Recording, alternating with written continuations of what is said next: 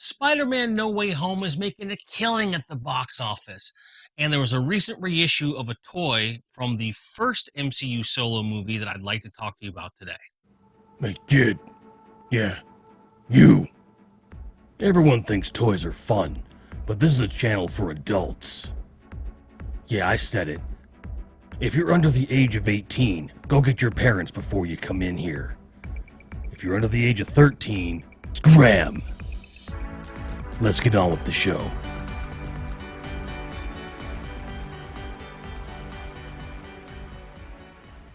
In Marvel and Sony's epic crossover into the MCU for Spider-Man Homecoming, the Vulture was chosen as the primary villain. And they did a really good job bringing this character to life in a realistic way that was grounded without losing the fantastical elements of the character. The Marvel Legends toy line at the time included his wings and his whole getup as part of a build-a-figure portion of the wave. There was no place to get the entire figure and setup in one box, which was a big problem. On top of that, because they're working off of initial drawings and concepts when they're doing a movie tie-in, the paint deco wasn't really film accurate, making this kind of a miss in the line. Recently, Hasbro saw fit to reissue this character as a figure with everything in one box. I want to thank my friend Jim Largo for bringing this to my attention. I was able to get one for myself and one for him, and this is it. And I want to go ahead and open them up and take a look at him. But before we do that, let's take a look at the packaging and how he looks on the shelf. So as you can see, it's a pretty robust offering.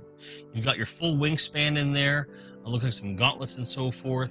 The wings are kind of hard to see with this light, but I do want to kind of show they are in there for sure. Great looking figure, looks just like the movie. My only gripe is that there does not appear to be a spare head of Vulture unmasked. If I had to venture a guess, it's probably down to Michael Keaton not signing over his likeness for the figure. I don't know that for sure, it's just a guess. On the back, there is no cross-sell to speak of, just a multilingual, quick description of Adrian Toomes and some great artwork of the figure, as well as a depiction of the figure in his full glory. This is not the kind of figure you keep in the box. This one you need to set free.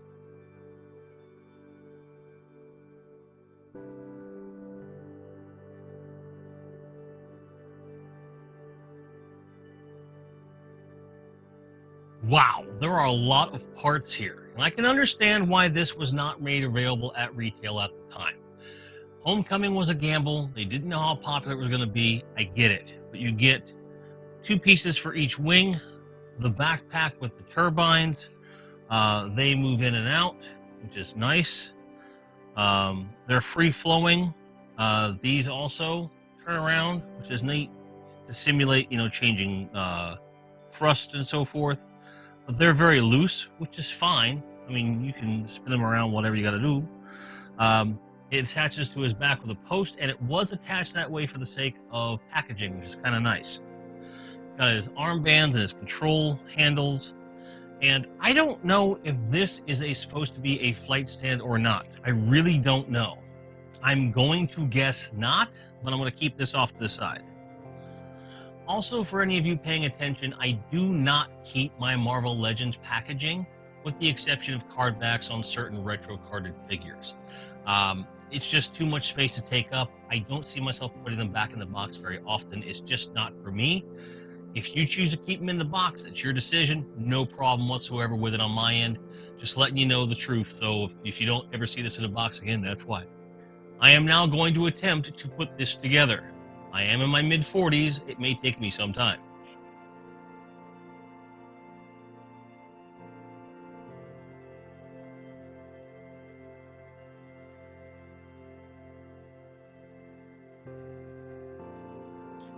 Well, here he is in all his glory, and as you can see, thanks to his oversized feet with the claws, which are used for cargo, he has no problem standing on his own, which is a nice surprise. This little clear guy here is meant to hold the backpack. I'm assuming when he's not wearing it, kind of like in the film. I suppose you could also use it in tandem when he's standing, but I don't really see that you would need to. That is a whoa.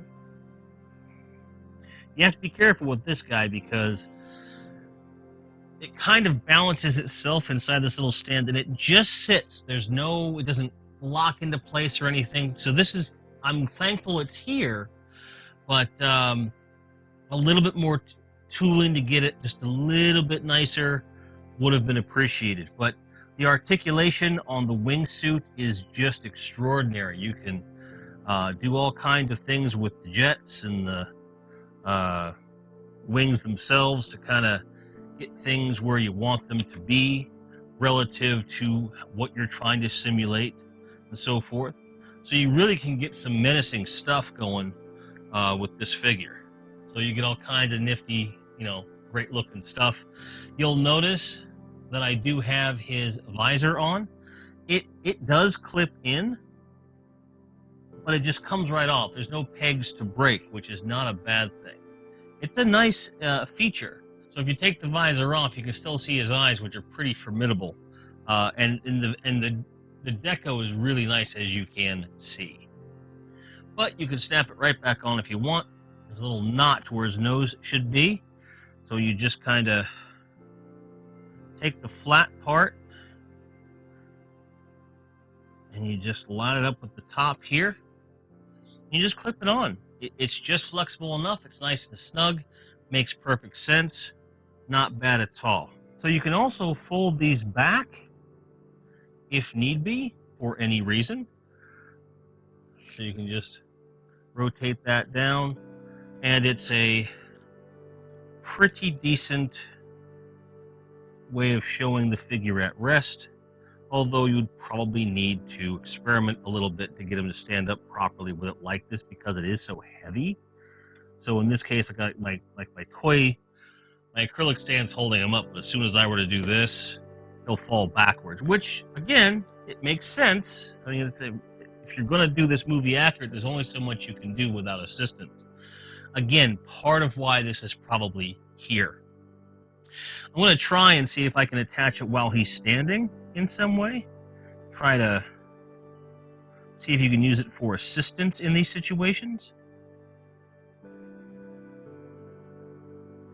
And it does work. So if I were to go like this, see, he's still ready to fall backwards, but that stand is holding him up. So it is a makeshift flight stand at best, but it does hold his weight. It's not touching anything else. It's kind of balancing him in air, but not the effect I was really going for. But it does work. It is nice. It's a nice little thing. These control modules here, I can't seem to get them into his hands. I'll probably have to heat up his hands to get them in there. But I have a feeling that once they're in, they're going to be great. I can't get them in, which is, that's my problem, not your problem. Certainly not Hasbro's problem at this point. I feel like the hands are designed to hold them and hold them well. It's just not something that, every figure is going to have a different story to tell with that regard. These armbands that are part of the suit proper, they had to take some creative liberties there because they were part of the suit in the movie. But these just snap on. You have to take his hands off, slip them over, and then put the hands back in. They do not hinder articulation in any way as they come away from the elbow like that, even though they might look a little goofy that way. But they do the job just fine. But when we say this is more movie accurate, it really is. And it looks great. It's in scale. They didn't seem to skimp on much of anything. The plastic is flexible without feeling flimsy. The figure looks great. Again, my only gripe with the figure really comes down to not having a swappable head for a helmetless head. But I can live with that. Relative to the price point and everything else being so really great. So that's the Spider-Man Homecoming Marvel Legends Vulture, reissue anyway. I think for the price point at $40, you get a lot for what you're paying for, in as much as you get this entire rig It's very versatile. It's not just one piece of plastic you snap on. There's things that could be had when you add a more robust flight stand. This could be a really, really imposing figure, whether they're going to use it with the Spider-Man line or for something else like Action Force or what have you. There's a really great figure to be had here. It bears mentioning that this is a Target exclusive, which I know are the bane of collectors' existence. This should see a wide release, in my opinion. I'm not happy that I had to get it from Target. I couldn't get it from somewhere else. I had no other choice. Price was right. I went for it. Target's throwing a lot of toy coupons around this time of year. I know they have this in stock as of this recording, so if you're interested, head on over there, check it out if you're interested. Again, I would rather this be available more widely. It should be, but alas, it is not. As a result, that would take a point off for me. Not that I do like a point score. So big points overall. I think what they were going for was achieved at a decent price point, but it loses some favor from me for being a Target exclusive and not including a swappable head for the Michael Keaton face, which who knows, we might get that later, and if we do, that makes it a perfect figure in terms of the product. Availability is a different discussion. I think the Target exclusivity kind of hurts it, but it's a great figure. If you don't already have a Vulture in your collection from the MCU and you do collect it, you do want to get this one in your collection, I think, because it is a one-stop shop. You don't have to pay eBay prices, and out of the box looks great. So all that said, I hope all of your grinds are merry. May all your card backs be straight, and I hope you can find anything you're looking for at any given time at a price you feel is reasonable. Thanks for watching, guys. I love you. Take care, and Merry Christmas.